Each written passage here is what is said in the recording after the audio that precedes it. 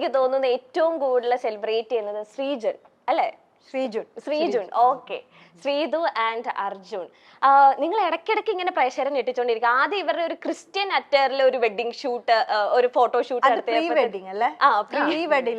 Wedding shoot പോലെ അതിങ്ങോട്ടേക്ക് അയ്യോ sorry അതെ, ഒരു പ്രീ വെഡിങ് ഷൂട്ട് എടുത്തപ്പോ ഓക്കെ, ഒരുപാട് ന്യൂസ് ആർട്ടിക്കിൾസിലൊക്കെ വന്നിരുന്നു നിങ്ങൾ കല്യാണം കഴിക്കാൻ പോവാണ്, വിവാഹിതരാകാൻ പോവാണെന്നൊക്കെ പറഞ്ഞ്. സെക്കൻഡ് ഈ ഒരു പോസ്റ്ററിന്റെ ഇതൊക്കെ ഇറങ്ങി കഴിഞ്ഞപ്പോഴത്തേനും ഒഫീഷ്യലി നിങ്ങൾ കല്യാണം കഴിച്ചു എന്ന രീതിയിലൊക്കെ. അപ്പൊ ഇങ്ങനത്തെ റൂമേഴ്സ് ഒക്കെ കേൾക്കുമ്പോ നിങ്ങൾക്ക് എന്താ തോന്നുന്നത്? ശരിക്കും കെട്ടിയാ കൊള്ളാന്ന് തോന്നുന്നുണ്ടോ?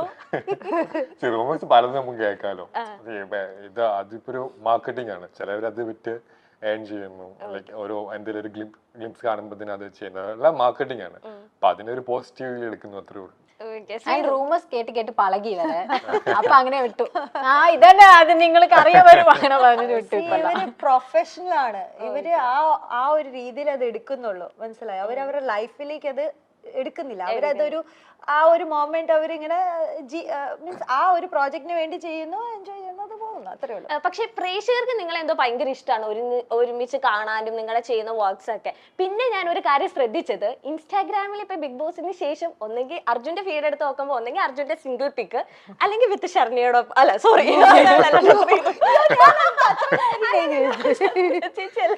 ശ്രീധുവിന്റെ ഒപ്പമുള്ള ഫോട്ടോഷൂട്ടോ അല്ലെങ്കിൽ ഏതെങ്കിലും മ്യൂസിക്കൽ വീഡിയോന്റെ പോസ്റ്റ്, അതുപോലെ തന്നെയാണ് ശ്രീധുവിന്റെ അക്കൗണ്ടിലും ഞാൻ എടുത്തു നോക്കിയപ്പോ കാണുന്നത്. ഒന്നെങ്കിൽ അർജുന്റെ ഒപ്പമുള്ള കമ്പൈൻ ആയിട്ടുള്ള എന്തെങ്കിലും ഫോട്ടോഷൂട്ടോ കാര്യങ്ങൾ, അല്ലെങ്കിൽ സിംഗിൾ പിക്ക്. അത് നിങ്ങൾ നോട്ടീസ് ചെയ്തിരുന്നു? അത്ര ആൾക്ക് സ്റ്റോക്ക് ഒന്നും ചെയ്തിട്ടില്ല.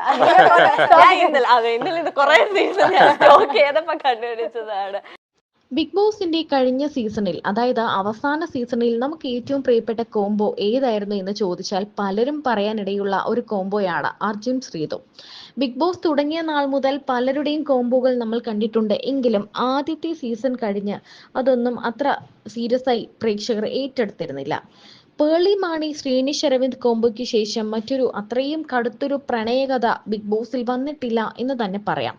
പറയാതെ പറഞ്ഞ പല പ്രണയങ്ങളുമുണ്ട്, ബിഗ് ബോസിന് ശേഷം പറഞ്ഞ പ്രണയങ്ങളുമുണ്ട്. തകർന്നു പോയ പ്രണയകഥകളും ബിഗ് ബോസ് മലയാളം ഈ സീസണുകളിൽ ഒക്കെ പറയാനുണ്ടാകും. എന്നാൽ ഇത്തവണ ഗബ്രി ജാസ്മിൻ കോംബോയാണ് കഴിഞ്ഞ ബിഗ് ബോസ് സീസണിൽ ഹിറ്റായി മാറിയ കോംബോ. എന്നാൽ ആ സൈഡിൽ കൂടി മറ്റൊരു കോംബോയും കൂടി കയറി വരുന്നുണ്ടായിരുന്നു. അതാണ് ശ്രീതു അർജുൻ കോംബോ. രസകരമായ നോട്ടങ്ങളും പ്രണയ നിമിഷങ്ങളും സമ്മാനിച്ചുകൊണ്ടാണ് ശ്രീതു അർജുൻ കോംബോ ഹിറ്റായി മാറിയത്. ബിഗ് ബോസിനുള്ളിൽ വെച്ച് ഇവരുടെ പ്രണയ നിമിഷങ്ങളൊക്കെ പ്രേക്ഷകർ അത്യാഹ്ലാദത്തോടെയാണ് വരവേറ്റിരുന്നത്. ശരിക്കും പറഞ്ഞാൽ ഗബ്രി ജാസ്മിൻ കോംബോ ഒരു വൈറൽ പ്രണയകഥ പോലെയായിരുന്നു. അവരുടെ പ്രണയമാണോ, ഫ്രണ്ട്ഷിപ്പാണോ, സഹോദര ബന്ധമാണോ എന്നാണെന്നറിയാത്തൊരു സംഭവം തന്നെയായിരുന്നു അവരുടേത്. എന്നാൽ പരസ്പരം പ്രണയം പറയാതെ കണ്ണുകളിലൂടെ പ്രണയിച്ച ഒരു കോംബോയാണ് ശ്രീതുവും അർജുനും. എന്നാൽ ഇവരുടെ വീട്ടുകാരൊക്കെ എത്തിയപ്പോൾ ആ കോംബോ തകർന്നടിഞ്ഞു എന്നാണ് എല്ലാവരും കരുതിയത്.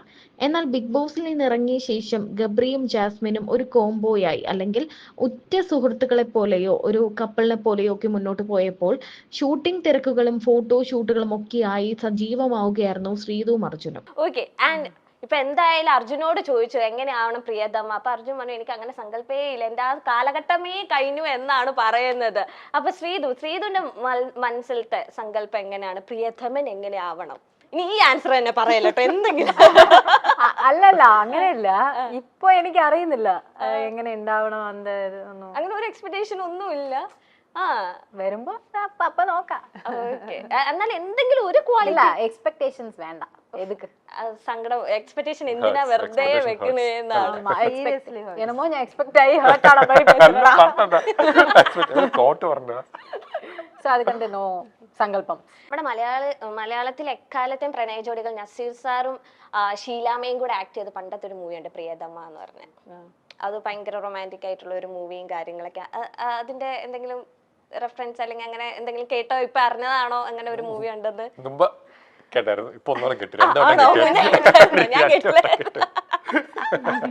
ഇരുവരും വിവാഹിതരാകുമോ എന്നാണ് എല്ലാവരും ചോദിക്കുന്നത് അല്ലെ? കാരണം ഇവരെങ്ങനെയാണ് ഇനി വിവാഹം കഴിക്കുമോ? ഇവരുടെ വിവാഹത്തിന്റെ ഒരു ആഡ് ഷൂട്ട് പുറത്തു വന്നിരുന്നു. അത് മാത്രമല്ല നിരവധി ഫോട്ടോഷൂട്ടുകളും വന്നിരുന്നു.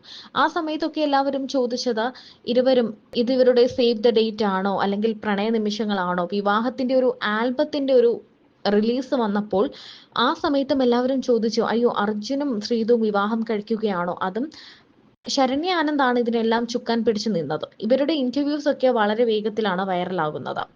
ഇരുവരും ഒന്നാകുമോ എന്ന ചോദ്യത്തിന് ഉത്തരം പറയുകയാണ് ഇപ്പോൾ ശ്രീതുവും അർജുനും. എന്താണ് തങ്ങൾ വിവാഹം കഴിക്കാൻ പോകുന്ന പാർട്ട്ണറിൽ കാണുന്നത് ക്വാളിറ്റീസ് എന്നൊക്കെ ഇരുവരും സംസാരിക്കുന്നുണ്ട്.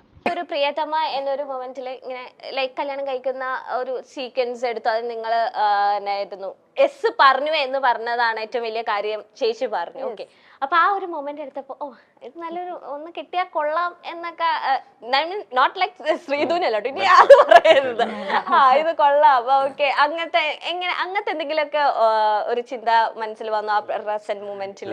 എത്രാമത്തെ കിട്ടാ അല്ലടാ ആക്ടിങ് ഇല്ല, എനിക്ക് അങ്ങനെ തോട്ടൊന്നും വന്നിട്ടില്ല.